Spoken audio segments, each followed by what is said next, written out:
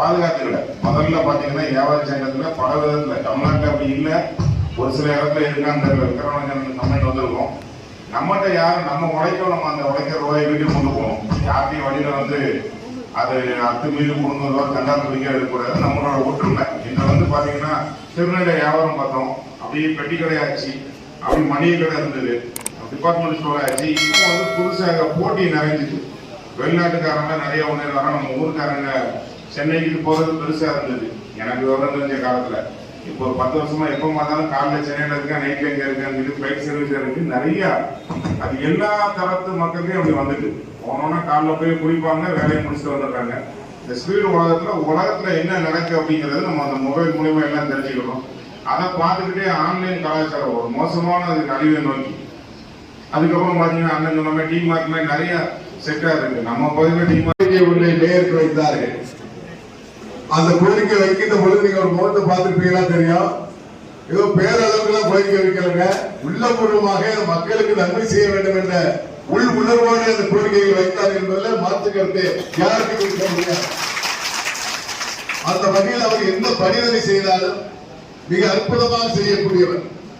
அதுதான் அவருடைய சங்க பொருளாளர்கள் பேசுகின்ற பொழுது வீட்டவருடைய உழைப்புகளை மிக தெளிவாக எடுத்து உழைத்தார்கள். ஆனால் அவருடைய உழைப்பு பின்னால் அவருடைய துணைவியார் இருக்கிறார். உண்மையிலே துணைவியாருக்கும் என் சார்பாக மனமாக மாநில மாற்றங்களோடு நன்மை தெரிவிக்கிறார். ஒரு கணவர் இப்படி தொழிலை விட்டுவிட்டு சங்கத்தை பார்க்க வேண்டும் என்று சொன்னால் துணைவியார் துணை இருந்தால் மட்டும்தான் சரியாக இருக்கும். இல்ல வீட்டில் சாப்பாடு தட்டு மேலிருந்து கீழே விழுந்துடும். ஆகவேதான் அந்த சகோதரிகளுடைய நன்றியை வாழ்த்துக்களை தெரிவிச்சுக்கிறேன். இவர் கொடுத்த பொறுப்புகளை தமிழ்நாடு மகேசக பேரவை பொறுப்பு என்று சொன்னாலும் சரி, சங்கரநாராயணன் அவெல்லாம் தெளிவப்பட்ட வந்தவர். அதை கொண்டாடுறவர்கள் நிறைய பேர்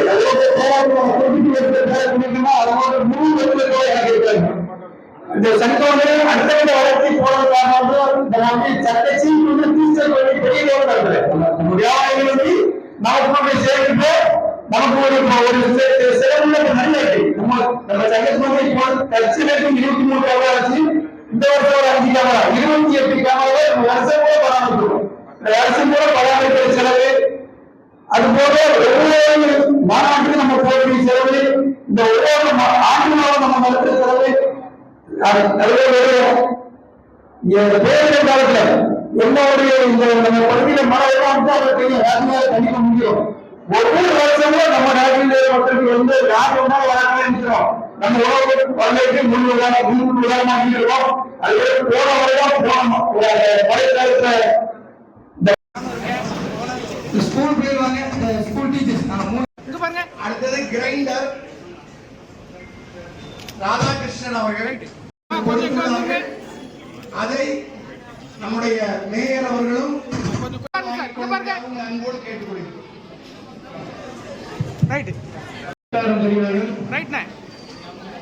ஓகே. சத்தியம்